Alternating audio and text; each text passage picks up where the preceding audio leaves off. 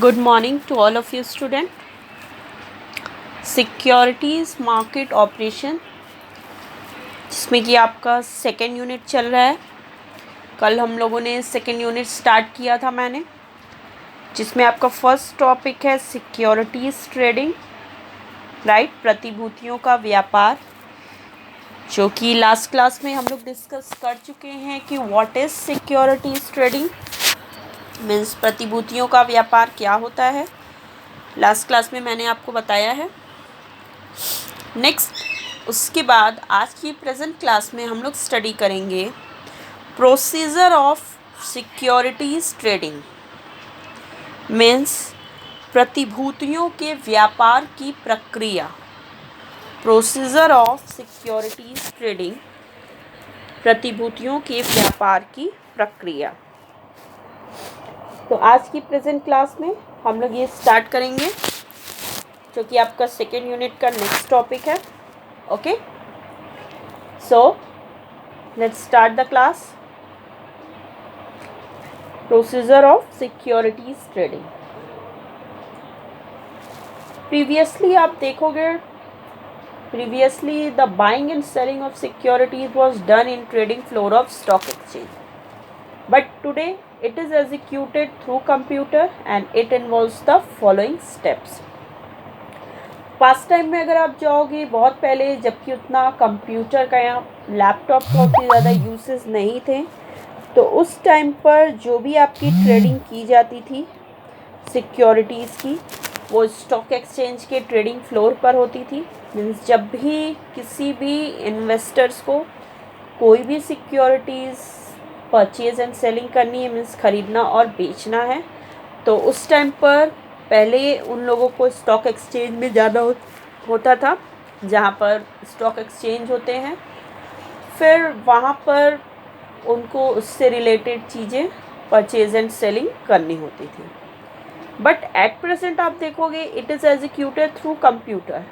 But आज के present time में क्या है कि आप ईज़िली कंप्यूटर के थ्रू, आप कहीं भी हो, किसी भी शहर में हो, किसी भी गांव में हो, कहीं भी हो, आप ईज़िली वहाँ से कंप्यूटर के थ्रू ऑनलाइन आप अपने सिक्योरिटीज़ को ईज़िली आप परचेज एंड सेल कर सकते हो। मीन्स अगर आपके पास सिक्योरिटीज़ है, तो अगर आप उसको सेल करना चाहते हो तो आप ईज़िली थ्रू कंप्यूटर आप कर सकते हो। If you want to purchase a security of a company, अगर आप किसी कंपनी का सिक्योरिटी परचेज करना चाहते हो, तो वो भी आप थ्रू ऑनलाइन या फिर आप कंप्यूटर के थ्रू आप परचेज कर सकते हो। ओके, तो आज के प्रेजेंट टाइम में जो थ्रू कंप्यूटर आपका ये जो ट्रेडिंग प्रोसीजर होता है सिक्योरिटीज़ का, इसमें बहुत सारे स्टेप्स हैं, बहुत सारे स्टेप्स जो कि किसी भी इन्वेस्टर्स को जो सिक्योरिटीज़ में ट्रेडिंग करना चाहते हैं, उनको ये सारे स्टेप्स को फॉलो करने होते हैं। मीन्स अगर आप किसी भी सिक्योरिटीज़ में ट्रेडिंग करना चाहते हो प्रेजेंट टाइम में, तो आपको ये कुछ स्टेप्स हैं जो कि सिक्योरिटीज़ ट्रेडिंग के प्रोसीजर होते हैं, वो सारे स्टेप्स को आपको नेसेसरीली फॉलो करने होते हैं। Okay, so the procedure of securities trading involves the following steps. जिसमें कौन कौन से स्टेप्स होते हैं, पहले मैं पॉइंट्स बता देती हूँ आपको कि कितने स्टेप है और कौन कौन से हैं, फिर वन बाय वन एक एक स्टेप्स को हम लोग डिस्कस करेंगे। Okay, so start. First step है आपका, सबसे पहला स्टेप होता है, अगर आप कोई भी सिक्योरिटीज़ परचेज करना चाहते हो तो सबसे फर्स्ट स्टेप है selection of a broker. First step is selection of a broker. Okay, Hindi में दलाल का चयन, हिंदी में दलाल का चयन। ओके, सेकंड पॉइंट इसमें आपका आता है opening demat account. Second is opening demat account, Hindi में डीमैट खाता खोलना, हिंदी में है डीमैट खाता खोलना। थर्ड पॉइंट है फिर आपका इसमें placing the order, third point is placing the order, Hindi में आदेश देना, हिंदी में आदेश देना, या फिर आप इसे ऑर्डर देना भी बोल सकते हो। ओके, नेक्स्ट फोर्थ स्टेप है आपका executing the order, executing the order, Hindi में आदेश को निष्पादित करना, हिंदी में आदेश को निष्पादित करना। ओके, नेक्स्ट आपका फिफ्थ पॉइंट है, जो कि ये लास्ट पॉइंट है प्रोसीजर का। फिफ्थ पॉइंट है आपका सेटलमेंट, सेटलमेंट, हिंदी में समझौता, हिंदी में समझौता। तो इसमें सेटलमेंट जो है ये आपका 2 टाइप होता है, इसमें 2 तरह से सेटलमेंट किया जाता है। एक होता है आपका on the spot settlement, means तुरंत समझौता, और दूसरा होता है फॉरवर्ड सेटलमेंट, मीन्स अग्रेसिव समझौता। ओके, तो ये है आपकी ट्रेडिंग प्रोसीजर किसी भी सिक्योरिटीज में ट्रेडिंग करने के लिए। So let's start the first point. अब हम एक स्टेप बाय स्टेप एक एक पॉइंट डिस्कस करेंगे। Okay, so let's start the first point, selection of a broker, means दलाल का चयन। If you are an investor and you want to purchase securities, that is to say stocks or bonds or debentures of any company, then firstly you select the broker of securities who are registered under the SEBI.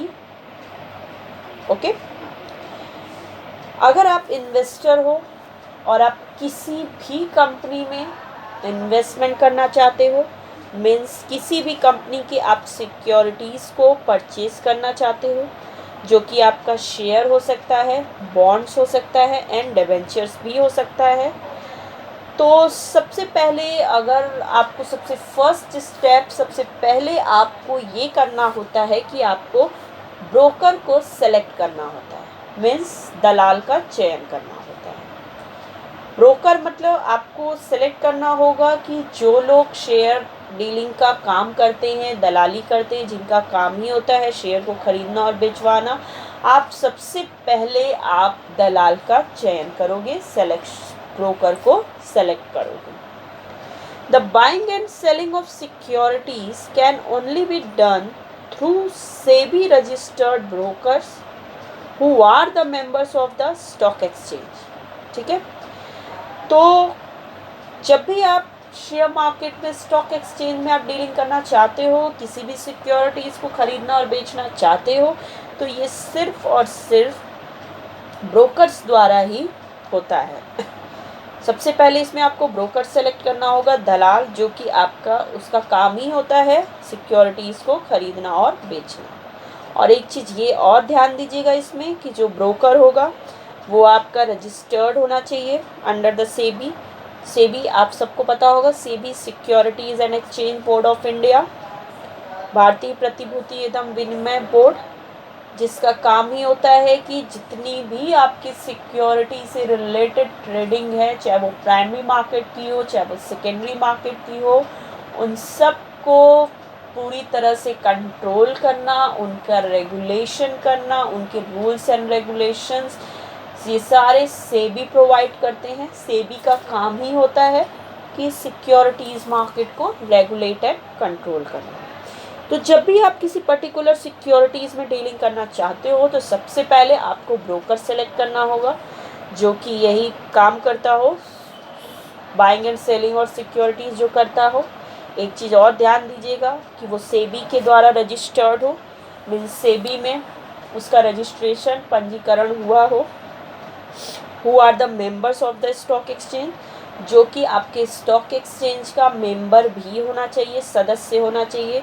Means जब भी कोई broker, ये तो एक चीज़ है कि जब भी कोई ब्रोकर सेबी में रजिस्टर्ड होता है तो वो ऑटोमेटिकली स्टॉक एक्सचेंज का मेंबर, सदस्य बन जाता है। Okay, the broker can be an individual, partnership form और कॉरपोरेट बॉडीज। और जो भी आपका ब्रोकर होगा वो या तो इंडिविजुअल एक व्यक्ति हो सकता है, या फिर एक फर्म हो सकती है, पार्टनरशिप फर्म भी होती है जो कि ये दलाली का काम करती है प्रतिभूतियों के खरीदने और बेचने का, और कॉरपोरेट बॉडीज, या तो फिर वो एक तरह का निगम भी हो सकता है जिसका काम ही होता है सिक्योरिटीज मार्केट या स्टॉक एक्सचेंज में प्रतिभूतियों को खरीदना और बेचना। ओके, क्लियर है? So the first step is to select a broker who will buy or sell securities on behalf of the investor or speculator. तो सबसे पहला स्टेप, अगर आप सिक्योरिटीज ट्रेडिंग करना चाहते हो तो सबसे पहला काम आपको एक ब्रोकर को सेलेक्ट करना होगा जो कि आपका यही काम ही करता हो सिक्योरिटीज़ को खरीदने और बेचने का, और ये भी आप ध्यान दीजिएगा कि वो सेबी द्वारा रजिस्टर्ड हो। ठीक है, क्लियर हो गया फर्स्ट पॉइंट। नेक्स्ट आ जाइए सेकंड पॉइंट। अब ब्रोकर आपने सेलेक्ट कर लिया, अब सेकंड स्टेप क्या लेना है आपको? ओपनिंग डीमैट अकाउंट, डीमैट खाता खोलना। ब्रोकर सेलेक्ट करने के बाद आपका सेकंड स्टेप जो आपको फॉलो करना है वो करना है आपको डीमैट अकाउंट, डीमैट खाता आपको खोलना होगा। ओके, डीमैट इसका फुल फॉर्म होता है डीमैटेरियलाइज्ड अकाउंट, डीमैट का। So demat account refer to an account which an Indian citizen must open with the depository participants, that is to say banks or stockbrokers, to trade in listed securities in electronic form. Okay? Demat account क्या होता है? Demat account एक account होता है जो कि कोई भी भारतीय नागरिक, इंडियन सिटीजन ओपन करता है with the depository participant. Means किसी भी भारतीय नागरिक को जो सिक्योरिटीज ट्रेडिंग करना चाहता है तो जो वो अकाउंट खोलता है डीमैट अकाउंट, वो डिपॉजिटरी पार्टिसिपेंट के साथ उसे खोलना पड़ता है। डिपॉजिटरी पार्टिसिपेंट में मीन्स यहाँ पे आपके आ जाएंगे बैंक्स और स्टॉक ब्रोकर्स। मीन्स जब भी आप ये डीमैट खाता खुलवाते हो, डीमैट अकाउंट ओपन करते हो, तो या तो आप बैंक में करोगे, ठीक है, बैंक में आप ओपन करोगे, या फिर आप ब्रोकर्स के पास अपना एक डीमैट खाता खोलोगे जब भी आपको सिक्योरिटीज़ में ट्रेडिंग करना हो। To trade in listed securities, जब भी आपको लिस्टेड जो भी सिक्योरिटीज़ स्टॉक एक्सचेंज में लिस्टेड है उसमें ट्रेडिंग करने के लिए। और एक चीज़ और ध्यान दीजिए, इन इलेक्ट्रॉनिक फॉर्म, जब भी आपको इलेक्ट्रॉनिक फॉर्म मीन्स ऑनलाइन आपको ट्रेडिंग करनी है तो उस टाइम पर आपको एक डीमैट खाता, डीमैट अकाउंट ओपन करना होता है बैंक या स्टॉक ब्रोकर के पास।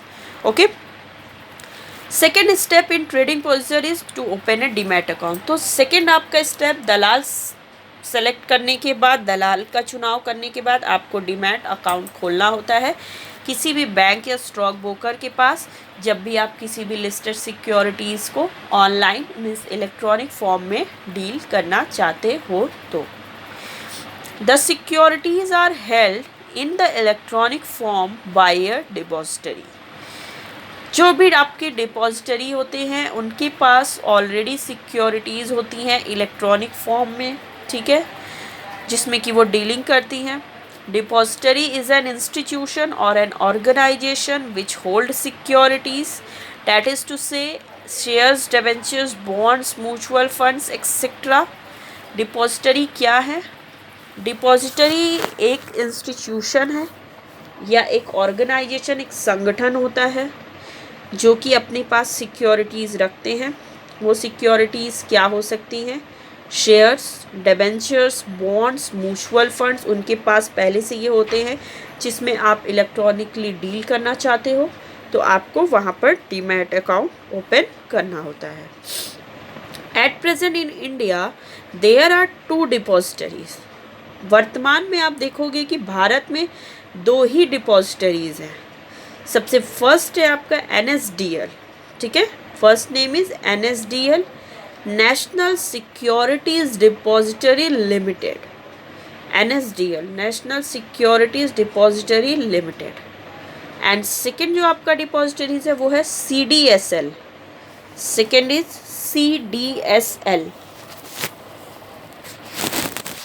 इसका फुल फॉर्म है central depository services limited. CDSL, central depository services limited. तो ये दो आपके एट प्रेजेंट इंडिया में ये दो डिपॉजिटरीज हैं जहाँ पर आप जब भी इलेक्ट्रॉनिक फॉर्म में ट्रेडिंग करना चाहते हो सिक्योरिटीज़ में, तो ये दोनों जगह में से किसी भी जगह जा करके आपको डीमैट अकाउंट ओपन करना होता है। Okay, there is no direct contact between depository and investor.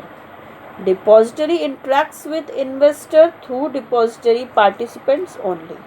Okay, यहाँ पर क्या है कि जो भी डिपॉजिटरीज हैं उनका कोई भी डायरेक्ट कांटेक्ट नहीं होता है इन्वेस्टर से। आप डायरेक्ट वहाँ जा कर के डीमैट अकाउंट नहीं खोलते हो। ये जो डिपॉजिटरी होती है ये इंटरेक्ट करती है, कांटेक्ट करती है अपने इन्वेस्टर से थ्रू डिपॉजिटरी पार्टिसिपेंट्स ओनली। जो डिपॉजिटरी पार्टिसिपेंट्स होते हैं उनके थ्रू ये जो NSDL CDSL है ये अपने इन्वेस्टर से कांटेक्ट करती है। तो इसमें अब आपके डिपॉजिटरी पार्टिसिपेंट कौन हो सकते हैं? वही आपके बैंक्स और स्टॉक ब्रोकर्स। ठीक है, बैंक और स्टॉक ब्रोकर्स के थ्रू जो भी NSDL CDSL है ये अपने इन्वेस्टर से ईजिली इंटरेक्ट करती है। ठीक है, ये डायरेक्ट इनका कोई कांटेक्ट नहीं होता अपने इन्वेस्टर से। क्लियर है? Depository participant will maintain securities account balances of investor and intimate investor about the status of their holdings from time to time।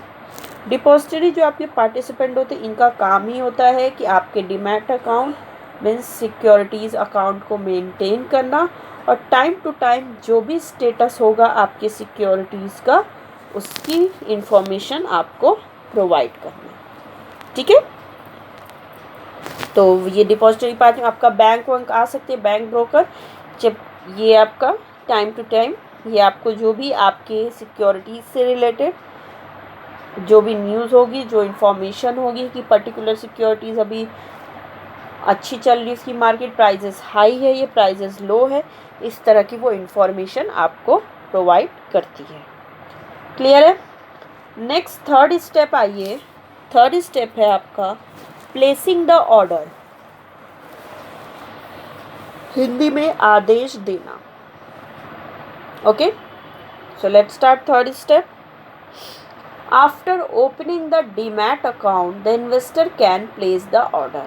ठीक है, मीन्स डीमैट खाता खोलने के बाद इन्वेस्टर का काम होता है ऑर्डर देना। ठीक है, the investor can place the order, फिर वो ऑर्डर देता है। The order can be placed to the broker either personally और थ्रू फोन, ईमेल एक्सेट्रा। तो जो भी ऑर्डर होता है जो इन्वेस्टर देता है अपने ब्रोकर को, या तो वो पर्सनली उससे मीट करके उसको खुद जा कर के बोल सकता है, या फिर वो फ़ोन कॉल पे या फिर ईमेल के थ्रू भी अपने ब्रोकर को डीमैट अकाउंट खोलने के बाद वो ऑर्डर देता है कि पर्टिकुलर आपको कितनी सिक्योरिटीज़ परचेज़ करनी है, किस कंपनीज़ की करनी है, तो वो ब्रोकर आपका वो सिक्योरिटीज़ को आपके डीमैट अकाउंट में ट्रांसफ़र कर देता है। Okay, investor must place the order very clearly specifying the range of price at which securities can be bought or sold। तो जो भी इन्वेस्टर्स होंगे, जो निवेशक होंगे, उनको ये क्लियरली अपने ब्रोकर को वो स्पेसिफाई करते हैं।